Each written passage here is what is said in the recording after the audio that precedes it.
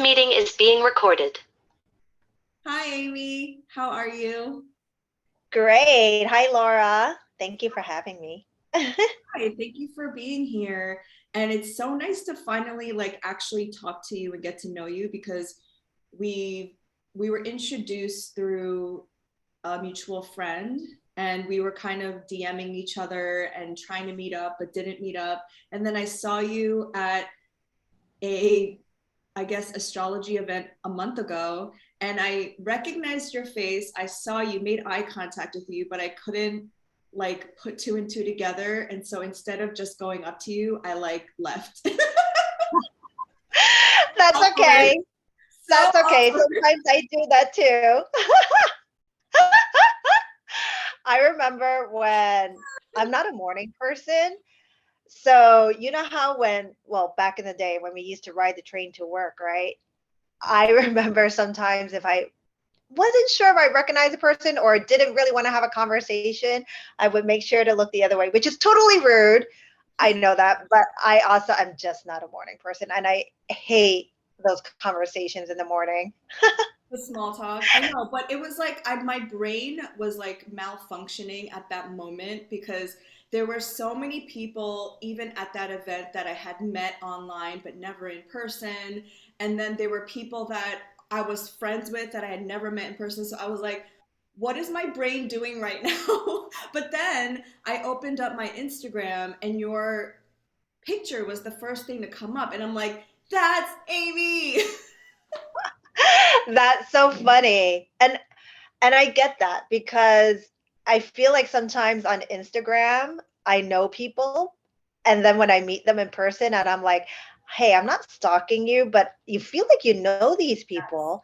And sometimes they might, be weirded off by that. And so I totally understand that.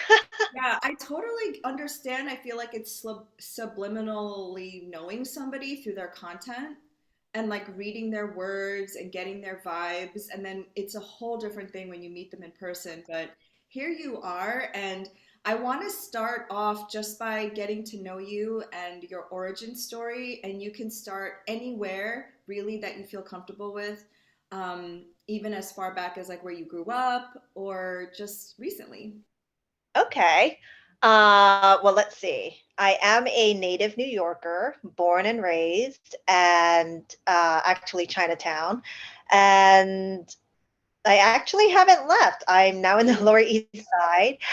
Um, and in my early years was always, I was working, but never really loved what I was doing. And so I was working in retail and I was working in product development and then went into restaurant management and then became a mom, then finally diagnosed with anxiety and postpartum depression, which is how I found my passion, which is now working in cannabis. I am a cannabis coach, and that means I help those who are new to plant medicine understand how to consume to really find the relief they are looking for. And so when I say guide, I mean, I explain how it works in our body, our endocannabinoid system, understanding the nuances between different delivery methods, such as um, a tincture versus a vaporizer or an edible. And then there are even suppositories.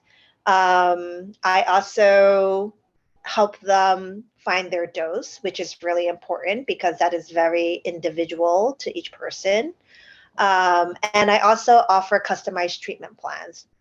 So when people come to me and say, well, I've got insomnia, autoimmune issues, or gut issues, or pain and anxiety, I help them find the right products so that they can start feeling or finding their relief right away, which is also cost effective instead of trying every product and playing the guessing game. Will this help me? Um, and I started my company, Calm Better Days, in end of 2019, right before pandemic, and been there since. And now I'm still in cannabis, and am not only a cannabis advocate, but also a mental health advocate, Mhm. and trying to normalize cannabis as well as mental health, and as well as moms consuming the plant. Mhm. And you're a huge advocate in the Asian American um, sphere space. Yes, I love entrepreneurs collaborate and support and uplift. So yes, that is part of ACE Next Gen, which I am a board member for New York. Hmm. What was it about cannabis that you resonated with, that you were like, this is my plant versus all the other plants out there? Let's see. Well, I've been a long time THC consumer, probably since my mid 20s, and didn't realize the CBD side, the non euphoric part of cannabis, until I was diagnosed with the anxiety and postpartum depression. And it was my therapist who suggested that I try CBD. And she suggested it because she knew I was leaning toward a more holistic life after becoming a mom. And I didn't want to try prescription drugs. And this was about 8 years ago. And at that time, you actually needed a medical marijuana card to get the non euphoric part of the cannabis plant. So that was pretty ironic to me because I already was smoking the euphoric part, but here I am getting the card so I can get the non euphoric part.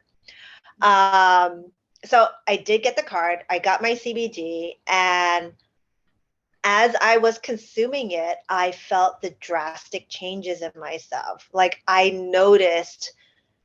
So when I was, and to give you an idea, when I was going through the worst part of anxiety and depression, I was did not like the person who I was. I was irritable, I was cranky, I was impatient, I was yelling at my kids, I was not at all the mom I thought I would be. I was just hateful and angry all the time. And so when I started consuming CBD, I finally felt a pause and a little bit of peace. And to feel that after going so long not feeling that, it was just such a wonderful feeling and a reminder like, wow, I can have that again, and that it's possible. Um, and the way I see it, it's almost like I felt like a hamster in a hamster wheel, and you just keep on going. You don't even know why you're going. And the CBD allowed me to kind of like step out of that hamster wheel and be like, oh my gosh, why was I on that hamster wheel? Um, and then that started my journey to healing, to wellness, and taking control and managing my mental health. Um, it also helped, of course, being diagnosed because I at the time I didn't know that it was anxiety and postpartum depression. I just thought like, this is motherhood. I guess this is how it is. Just you just kind of just keep on going, right? And I didn't know um, it was actually a condition and that you can manage it. So that is how I fell into cannabis. And from that moment on, I was like, I have to let other people know about this wonderful plant that is so therapeutic in so many ways. Because as once I felt the change, I started looking into it more and realized, wow, it can help with everything from Parkinson's to dementia to like gut disease, IBS. I mean, everything. And I was just like, people need to know about this because we don't want to, well, I don't want to take prescription medication. I want to lead a healthier life. And we already know that vegetables are good for us. And we forget that cannabis is a plant because it's been demonized for so long. And it's original medicine. So. That's how I got into it. Yeah, so when you just to go back for a second, you said the non-euphoric part of the plant. So the plant, cannabis plant, has a euphoric part and a non-euphoric part. So when you say that you felt calm, then how is that not the euphoric part?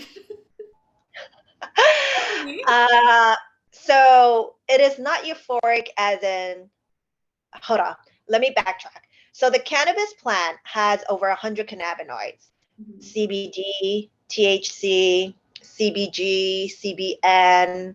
Um, there's like over 100, but those are like the most common ones right now. And every cannabinoid has its own therapeutic properties and works differently from another cannabinoid. So THC is euphoric, meaning if I consume THC, I will feel the high. CBD is non euphoric. However, it is psychoactive in the sense that a person with depression, when they consume CBD, they will feel their moods elevated, but not intoxicated. Mhm. So it's psychoactive, but not psychotropic. Oh, got it. So Yeah, THC is what we normally associate with like smoking weed, correct. where you're like getting high and that kind of stuff. But the CBD is the form where you get like a body high, but you're not going on a trip somewhere. Exactly. Exactly. I'm not even sure if it's a body. Well, a body high in the fact that if you have pain, you Mhm. may not feel the pain anymore. Yeah. I think Mhm. this educational piece is really important for people because, like you said, it's been demonized for so long, and I'm kind of wondering now, like, no wonder why it's been demonized because it's a healing plant, and I feel like those are the things that maybe the pharmaceutical companies don't want us to find is like these plants that are like master plants. But I feel like the educational piece is so important. So, like you said, people know how to use it and in what aspect. And this is where you come in. Absolutely. Pharmaceuticals, they have all the money to hire the lobbyists. So they are absolutely against it because they would lose a lot of money. And they have found that states that have legalized cannabis, the pharmaceutical drugs have gone down. Mhm. So it is definitely a healing plant, and I believe it's the key to aging gracefully. So I am definitely taking CBD for my mental health as well as my physical health on a daily. And then the hemp seeds is part of the plant too. It's the part that we eat. The hemp seeds are part of the plant, however, they do not have the benefits of CBD, Got the it. cannabinoid. Yeah. So sometimes you'll see hemp seeds oil, right, in a beauty product or as a carrier oil, but it does not have the same benefits as CBD. Mhm. So it's literally one plant that has multiple healing properties. Correct. And that is why when we say to take a full spectrum product, which means it has all the integrity in the plant, in the whole plant, which are cannabinoids, terpenes, and flavonoids. Terpenes, you can think of it as almost like essential oils. They are in other plants and other fruits as well. Like myrcene is in mango, linalool is in lavender that provides that calming effect. Limonene is in lemon that provides that energizing boost. And when we think about the cannabis plant, all those compounds working together provide the entourage effect. So it works better together instead of alone. So sometimes in CBD products, you'll see like it'll say like a CBD isolate. That means that they just isolated the CBD molecule and there's nothing else in there from the plant. So Mhm. meaning it doesn't have the trace amounts of THC or the trace amounts of the terpenoids. So it doesn't work as effectively, and you probably would need a higher dose for the same effect. Got it.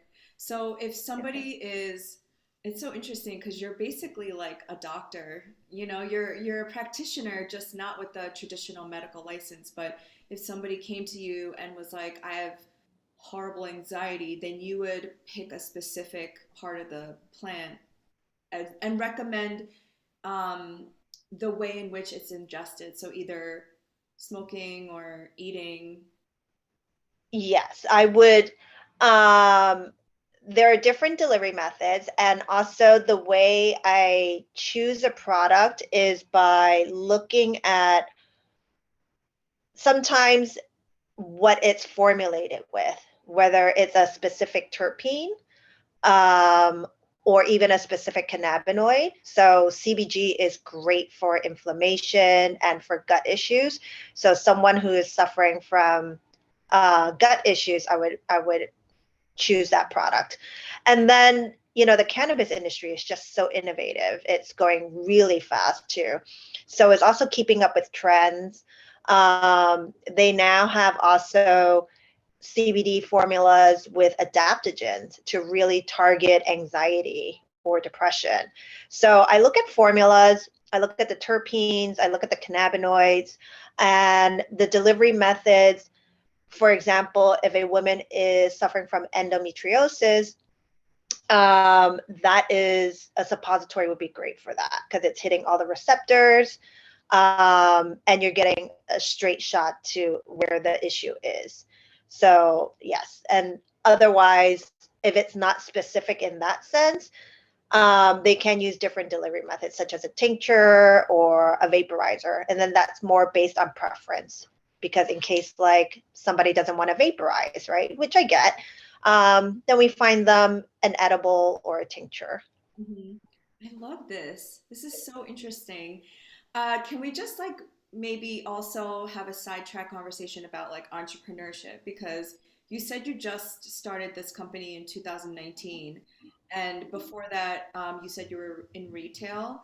So like, how did you? Okay, so you decided I want to do this. Like, and at the same time, you know, laws have to be passed, things have to be going on within like New York State and the United States. So how were you, what was your first step? How did you decide like this is what I want to do? This is a very practical Well, question. I think I always loved the plant, even in my mid 20s, as I was consuming every day. And then after the CBD, that was when, okay, now I really know I want to work with this plant. And after my second baby, it was either go back to work or do something on my own. And there was nothing out there that, like, once I decided I wanted to work with the plant, I just continue consuming everything I could about it and try to figure out what can I do in this space. Um, so what happened was the farm bill was passed. Mhm. Once the farm bill was passed, that meant CBD was everywhere, meaning you didn't need a medical card to get it anymore. So you saw CBD being sold in gas stations, Amazon, your Everywhere. bodega, everywhere. And that was when I knew, okay, I have a chance now to do something with all this education that I've been learning about, because I saw a lot of people trying CBD and then saying, oh, it didn't work. Mhm. And I would ask them, well, what did you try? Did you try a full spectrum product, a broad, an isolate? And they would look at me like, I don't know. And then I would say, okay, well, how much did you try? And they're like, oh, a dropper. And I'm like, well, a dropper is only relative to the milligrams on the bottle, right? So I saw that people didn't know how to consume effectively. So I saw that there was a chance, an opening there, a problem to fix. So that's when I decided, okay, I'm going to do this. I'm going to start my own company. I'm going to educate and guide those who want to learn and help people feel better. Because at the end of the day, everyone just wants to feel better. Nobody wants to suffer. And that's what I was going through, you know. Um, and that's why it's called Calm Better Days, because that's what everybody needs. And so that's how I decided to do that. And yes, regulations were, it's always a moving target, the regulations. Every day we need to learn to be nimble and pivot in this industry. And but I found that I had a joy in working with the plant, something that I never did before. Like all my other jobs, you know how you have to stay late and you have to, you know, put in time, and I would dread it and never, like, I never understood any of it. But now I'm working till like 2 a.m., which is not advisable, which we shouldn't do that. But sometimes when I'm working really late hours, I don't mind it. And it's because now I realize this is my passion. I love it. I love working in cannabis. I love the plant. I love the people who work with the plant. The community is just so wonderful, that I know I don't mind putting in the extra hours.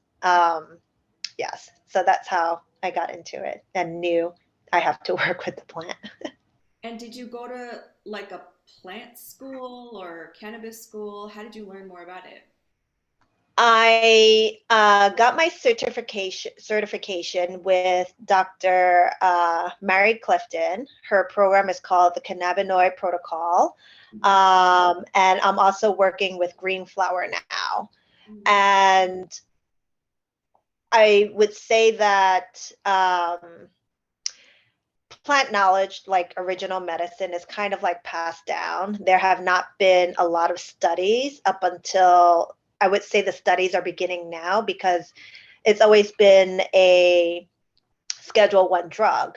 So when that happens, you're not allowed to do research on it. So there's not a lot of research. So even though I have my certification, which is great groundwork um, for how, you know, to learn about the basics and the foundation, new studies are coming out every day. So the education continues, keeping up with trends, keeping up with what's going on in the industry. It all matters because we're finding new stuff every day. Yeah, I was sharing with you that my mom had a hysterectomy last fall and she was in a lot of pain, and none of her painkillers that she was prescribed by her doctor were really working. And she finally was like, I think she had enough. So she finally went to go see an acupuncturist. She finally was considering CBD and cannabis. Like, and I even gave her a microdose of psilocybin because she was so desperate. And I find it so interesting that these are plant medicines, like from the earth, but they're now alternative in air quotes. They're the last resort. And I'm not saying that Western medicine and like drugs in the form of pills by pharmacies are bad, because I think we should integrate both. But I think it's so interesting how in our society these things, natural healing and holistic approach, is seen as like the alternative, whereas like our ancestors relied on these plants and what Mother Earth gave us. Absolutely. It is original medicine. And I think that when we migrated here, it became part of assimilating, right? And also the whole war on drugs. I think China wanted to be on good terms with the US, so then they outlawed it too. And it just became demonized. But they found the oldest cannabis in Southeast China. So No way. it's definitely been in our history. They found it in the tombs, buried with buried with them. That's so cool. I was just in Beacon, New York this last weekend, and I went to visit a cannabis store, and there's like fields of cannabis now. Well, they're hemp fields, quotes. But I saw this cool fun fact that said George Washington and Benjamin Franklin and all the founding fathers had uh, like crops of cannabis. Yeah, yes, they did. They did. I was like, I know. And they it's were like, how getting did it? high. They were like fighting for their freedom, and they were like the original insurrectionists against England while they were like on cannabis. It's been, it's, I know, I wonder if there's a history lesson because it would be interesting to see how it traveled all the way over Hmm. throughout the years. Hmm. But yes, yes. Yeah, I But feel. the whole war on drugs was just to demonize not only the plant, but more like a racist tactic against like Totally, black and brown people. So, totally. which is another reason why on my website I carry small farm, women owned, BIPOC owned brands, Hmm. just because I don't have the bandwidth to go through the whole history lesson, but I would love for consumers to at least buy from, um, marginalized people Hmm. and people who have been harmed from the war on drugs. And also to take away some of this pie from the men who dominate the industry, because it's a very male dominated industry. Yes, yes, that too. Very male dominated. And they are finding, even though it's becoming more legal in more states, the count of women entrepreneurs in cannabis is actually going down. Really? So, Why do you think yeah. that is? I think it's because when we have so many of the huge multi state operators, which are usually men dominated, male dominated. I think that's a reason. When they usually take over certain areas, the small mom and pops usually don't do well. Mhm. So that would be a major reason. That's so sad because I feel like, well, at least in New York, I know there's a really beautiful Black, Indigenous, people of color group, specifically women who have their own cannabis companies. And there's like a really beautiful community around that. So it'd be a shame if they weren't encouraged to continue. Yes, I'm hoping New York will be a catalyst for that and change that. They are still writing social equity in their regulations, and I think we're just waiting and hoping. And why do you think it's so stigmatized within the Asian community? Have you mm, had that experience? Definitely. I think I've just become immune to it now, though. But I know it's definitely stigmatized, and I think it's because once when the whole war on drugs and China decided they want to be in good terms with US, it was just stigmatized starting from there.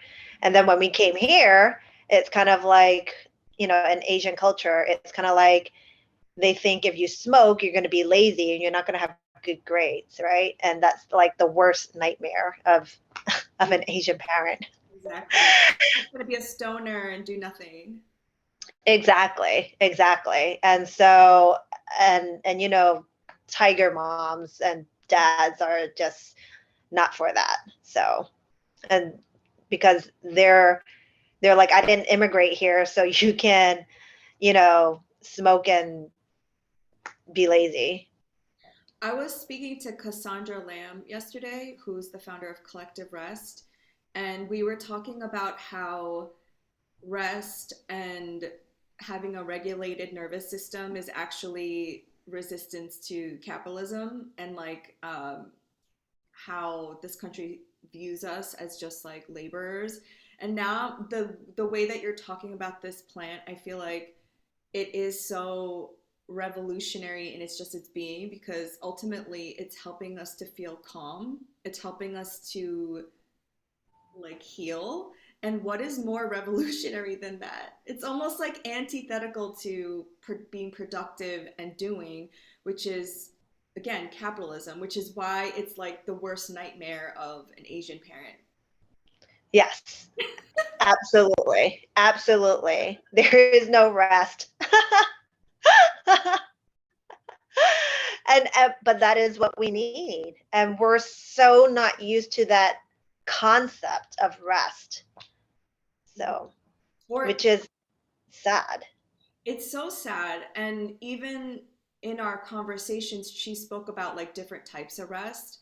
And I think the calm, better days kind of rest is what we're trying to cultivate more of, which is taking time to move slower, taking time to be more mindful and journal and take a breath and do these things for us so that we can show up in our community, versus like rest, like sleeping rest, which is a little bit different. So now that you've been leading the helm of your company for the last couple of years, do you feel you have calm, better days? Um, I feel definitely I have a better grip on my mental health.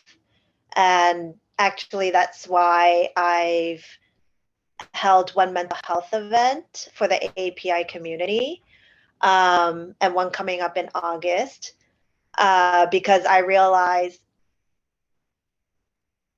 we as Asians don't talk enough about mental health, which is why I never knew I even had it, right? I never knew I had anxiety or depression because one, I was told not to, one, I was told to just stuff my feelings, right?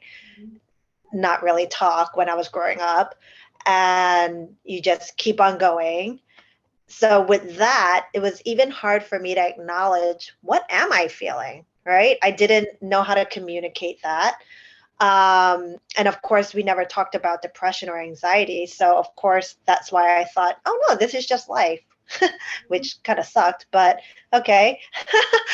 um, and that's why I'm holding these mental health events, because I want us to start talking about it.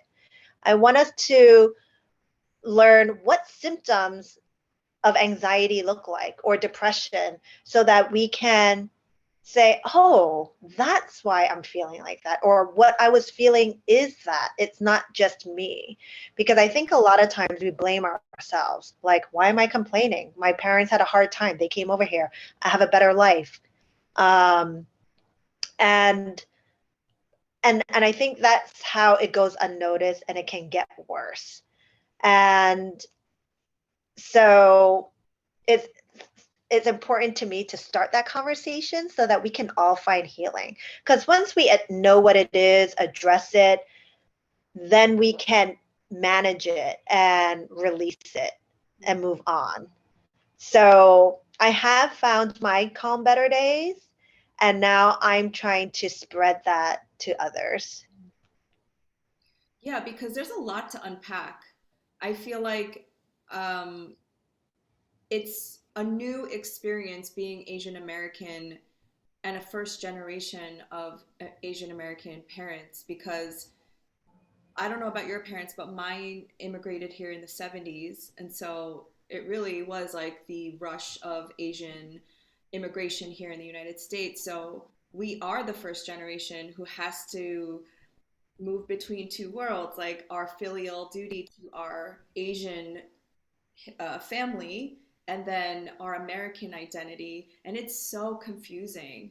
And there's so much trauma, both from our parents having to come here and the racism that they had to face, and then our experience as first generation trying to navigate both. I think that like the fact that we're just talking about it now as millennials, and also like movies coming out expressing these very sentiments, is a very like monumental moment in our history, I think, right? It Oh, it definitely is. And I sometimes think like, wow, it took us this long. And yes, and you are right. There's intergenerational trauma. There's a model minority myth that we also need to fight against, and capitalism. I feel like those are the big three that factors that are adding to our traumas Yes. with And actually trauma. talking about them, because like you said, a lot of our, I can't speak for all Asians because it's not a monolith, but like at least like the Eastern Asian philosophies are about soft power, like be quiet and respect your elders and reverence for peace and harmony. But then there's this like American side where we're kind of like, fuck that. You know? Exactly. You need to advocate for yourself. Yeah. Like, don't be quiet. What are you doing? Yes. And the internal struggle. It's like, which one am I? Who am I? And then there's a lot of code switching because Yes. of the environment you're in. Yeah, Yeah. it's so I literally feel like we're shapeshifters, like all the time. Because, and it's so, and sometimes it's like, for me personally, I do respect my elders. I still bow to my elders. I'm not saying that they're better than me, but it's like a respect thing in our culture. And I also have to like have boundaries. I have to tell them no and really stay firm in what I believe in. And like you said, the code switching is like so crazy. I feel like literally my brain is like sliced into like different pieces. I hear you. I hear you. And then it's like knowing that it's respecting your elders, and then knowing that sometimes with that old mindset, Hmm. there can be toxic language, right? Oh, yeah. That And very patriarchal. yes. And out of respect, I will usually just, because I know that they're not going to change and it's not worth the trouble of even trying to discuss it. So I usually just kind of like let it go, let it go. Don't say anything. It's better just for everyone's mental health this way. Yeah. So how have you been navigating since 2020 with, being, I believe you're Chinese, right? Um, Hmm. you're Chinese, you were born and raised in Chinatown, New York City, and there was so much xenophobia during COVID. And like, how did you navigate through that time? And how are you navigating now? I mean, my parents still live in Chinatown, so I still every now and then would visit them, or try to help with whatever they need. And it really, I hated it. I hated seeing my neighborhood look like a ghost town, and all the small businesses closed down because of lack of business. It was just a really tough time. And I remember, I think it was last summer, and things are in full swing, and you would in the city, right? But in Chinatown, some of the stores, restaurants were closing early at like 6, 7 o'clock because everyone was scared to go home late. Oh, And I was just like, that is so sad, because I remember growing up, the streets would be filled to like 11 p.m. and it was safe and it was bustling and people just loved to be out and enjoy each other's company and the neighborhood. And then to see it be a ghost town where shop owners had to close early because they were scared for their life, um, it's just really sad. mhm. And that is actually also the other reason why I wanted to hold a mental health event for our community, because I knew that we were also suffering silently, and I just wanted to build community, have a place where people can, either mourn together or grieve together and find healing together, and feel that they were in a safe place to share anything that they wanted to. And that they're important. Yes. And that Yes. like, this is all driven by fear and fake news. Yes. Yes. And but nowadays I see that it's slowly building back up. And although I still hate the mega jail that they decided to still build in the middle of Chinatown, and they have to break down, I think, two buildings to create this mega jail. Um, but businesses are slowly getting back on their feet, and I see new businesses opening up, so I'm happy about that. And it's always going to be my neighborhood, my home. Yeah, there would be no New York City without a Chinatown. And No, like you said, it would not. it's always popping. That's why like during COVID it was just such it was just so weird seeing it so empty. It almost felt like 9/11 time when like nobody was around, you know? Yes. Yeah. I'm praying for your parents. I hope that they're healthy and well, and I'm sure they're super proud of you. I don't know if they know what I do. So I don't know. What do you tell them? I'm into plant medicines. Well, I told them before I am working in cannabis, and they just kind of brushed it off. I Mhm, think they didn't know how to respond. So I think they just kind of like, we're just not going to have this conversation. mhm, So we just kind of left it at that. And and in terms of the mental health events, I didn't tell them that either because it's just really hard communicating also. mhm, Um, Language barrier. My Chinese is not great. And I don't think they really still believe in depression mhm, as mhm. a mental health Yeah. issue. So, Yeah, my dad just thinks that's how life is. It's a normal, everyday way of being in life. basically, yes. I'm like, Dad, you know that we have a brain and that also has its health? Like, hello, come on, dude. Yes. So, they're not really sure what I'm doing, basically. So, Mhm. Well, they must see the difference in your disposition, so something must be working, right? that I do believe. And actually, during pandemic, my mom had pneumonia. Mhm. So she was actually in the hospital for a week. And this was during the pandemic when you weren't really allowed visitors. So I think during that time, because she had no visitors, she thought she was in a mental institution because she was just, I think she was just losing her mind from being, alone.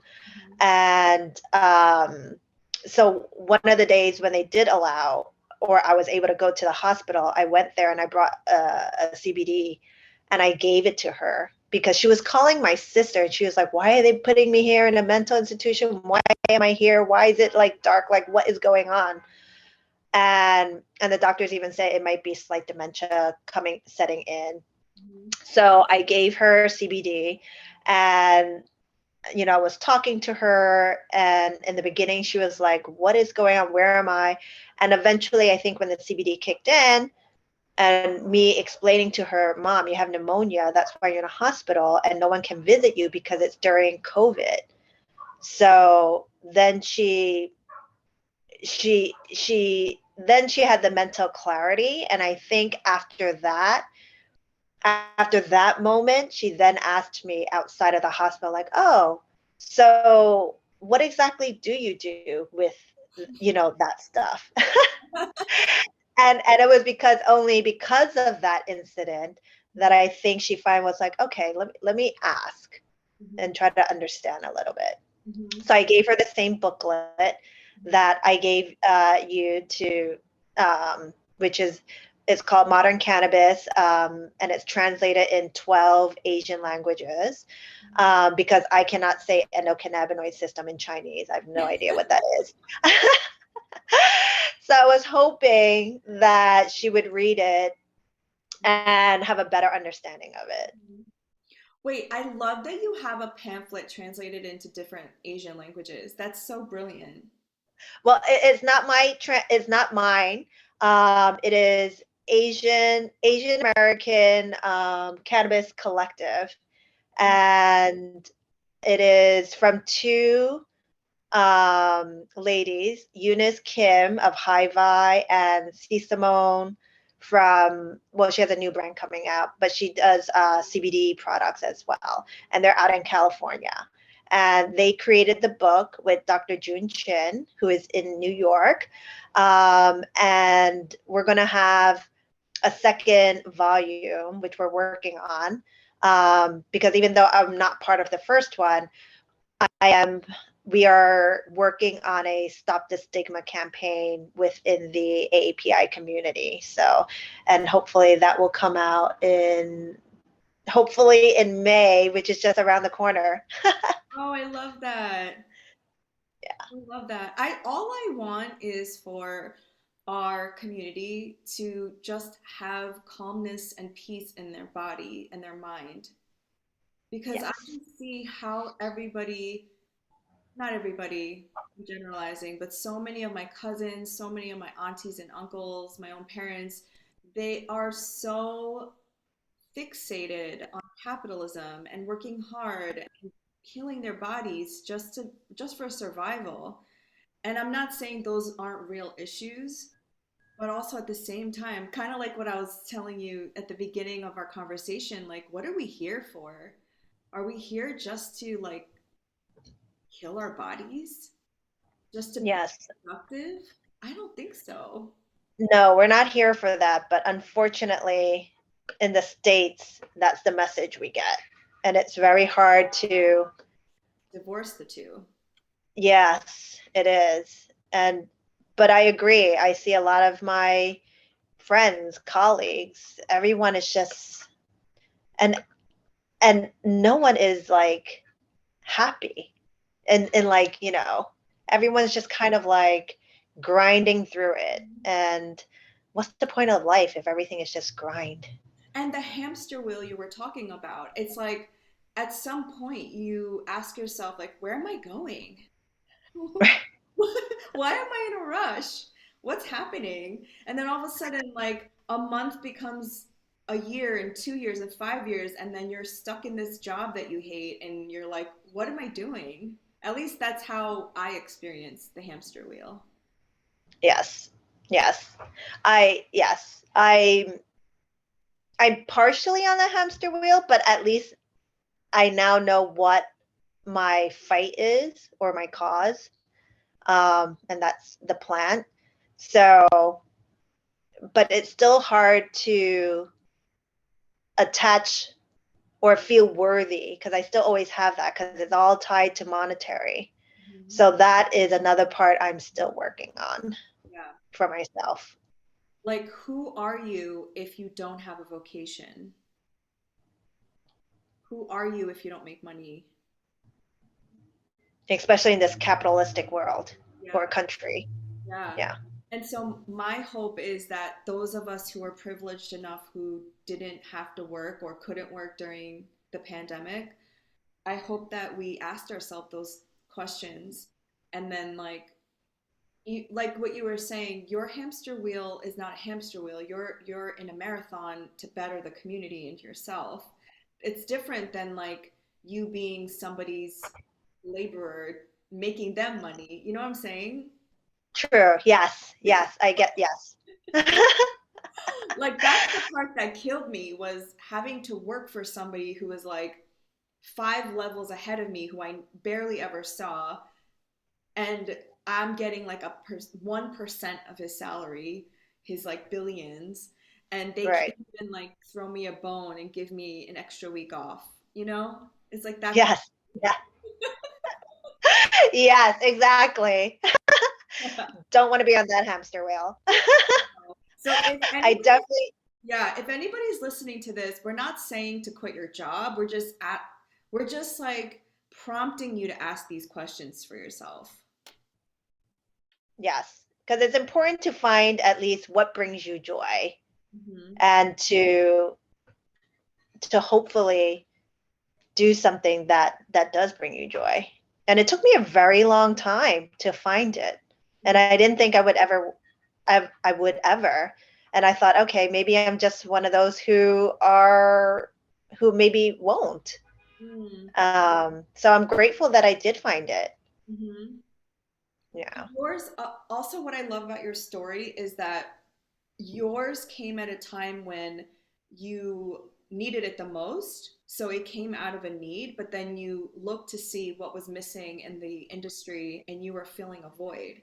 So in essence, you were kind of strategic about it too, because you were thinking about how you can provide a niche and a service that nobody else was providing. True. Yes. Yes. That is true. Give Yeah. yourself more credit. Because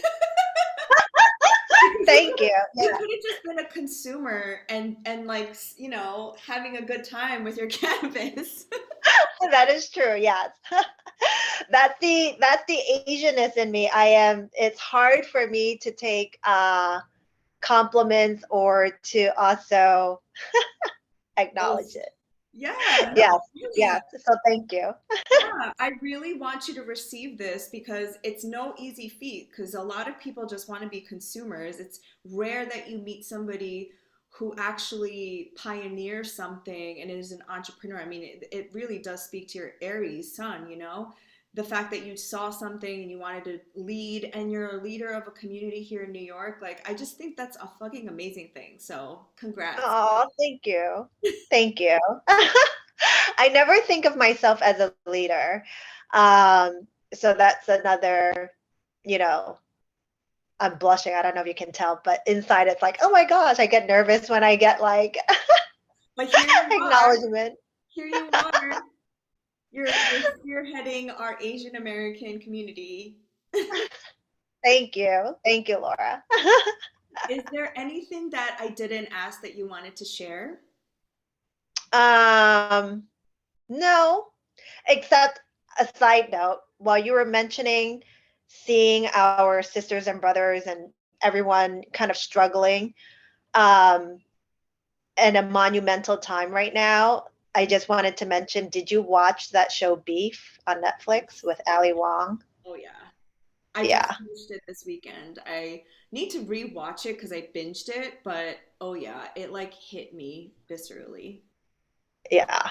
I love how they're addressing different, like you said, we're not a monolith, and for us to see all the different characters and mental health is a huge right issue in there. So I'm just loving that, seeing that on TV. Yeah, and the whole show was about intergenerational trauma and how repressed rage manifests itself in different ways and how the pressure and violence of capitalism affects the characters in different ways. And I just thought, like you said, I thought it was so interesting how each character, even what's her name, the neighbor, the neighborhood watch lady who ended up marrying the white lady, Oh, I Ashley. didn't get that far yet. I didn't get Oh, that far. well, each character like really represented the different aspects of, I guess, like the gender norms and the stereotypes of Asians who are at play. Like even the Japanese husband plays a very specific Asian man who's like a little bit more passive, a little bit more feminine, isn't that stereotypical like masculine man, right? That played into that Mhm. stereotype. And yeah, I just thought it was brilliantly done. I thought it was like so interesting to see a very Asian American story. Yes, yes, yes. I know. I love it. And I'm glad to see it out with an all Asian cast and just, yeah, I'm just taking it all in. I'm Korean, so that rage is like, it's called Han. It's like very, very, it's always simmering somewhere. Part of our experience. How about the new generation? Do you think that they still carry that? You mean like Gen Z? Yeah. I think we all carry it, but we channel it in different ways. So I think my parents' generation, who are boomers, they literally were violent. They wielded it in the way of like violence and also always working hard and always working in order to survive. So that's why I think they don't understand what rest is. They don't understand mental health. They don't understand depression. And I think the millennials are finally the first generation who are kind of aware of it, and how maybe I'm a zennial, I'm a elder millennial, so like I definitely resonate with the characters that were portrayed in the show, Danny and Amy, Hmm. and how it's repressed. So when it comes out, it's freaking like fire. It's scary. Yes. And there were so Yes. many Yes. moments in my history where that happened, and I would scare myself sometimes. But with therapy and with healing, I think I now channel that into more creativity, and I see that more with the younger generation. Like it's almost like they learned how to turn it and alchemize it into something different, into like Hmm. activism and standing up, and versus like the way in which maybe ours is a little toxic. Right. Absolutely. I gotta say, this new generation, they are pretty amazing in terms of like their self-awareness and just going against the grain. I love that. Yeah, I love this generation. They really, really ignite something. They lit a fire under everyone's ass because I feel like they don't have a choice. They literally grew up with technology. They grew up with gun violence. They grew up with climate crisis. So it's like they came out of the womb like protesting. Right. Well, they could have not though, which is thank goodness they didn't. Right? Because it's very easy to go toward the easier route. Hmm. That's true. So I'm glad that they decided to protest and decided that, hey, this doesn't have to be the norm. Hmm. It's true. And I'm hoping it'll continue. Yeah, and with like everything everywhere all at once, and like all these like art forms coming out, I'm really excited for what that means for our community and for the Asian diaspora, and it's a very exciting time. Yes, yes, it is. Okay, Amy, thank you so much. I'm going to put all of your links down below, and if people want to work with you, you are available for a one-on-one consultation. Absolutely. And they can find me and book it on my website, calmbetterdays.co. And I'm also on Instagram if anybody wants to DM me. Yes. Thanks, Yes. Amy. Thank you, Laura. It was so great chatting with you today.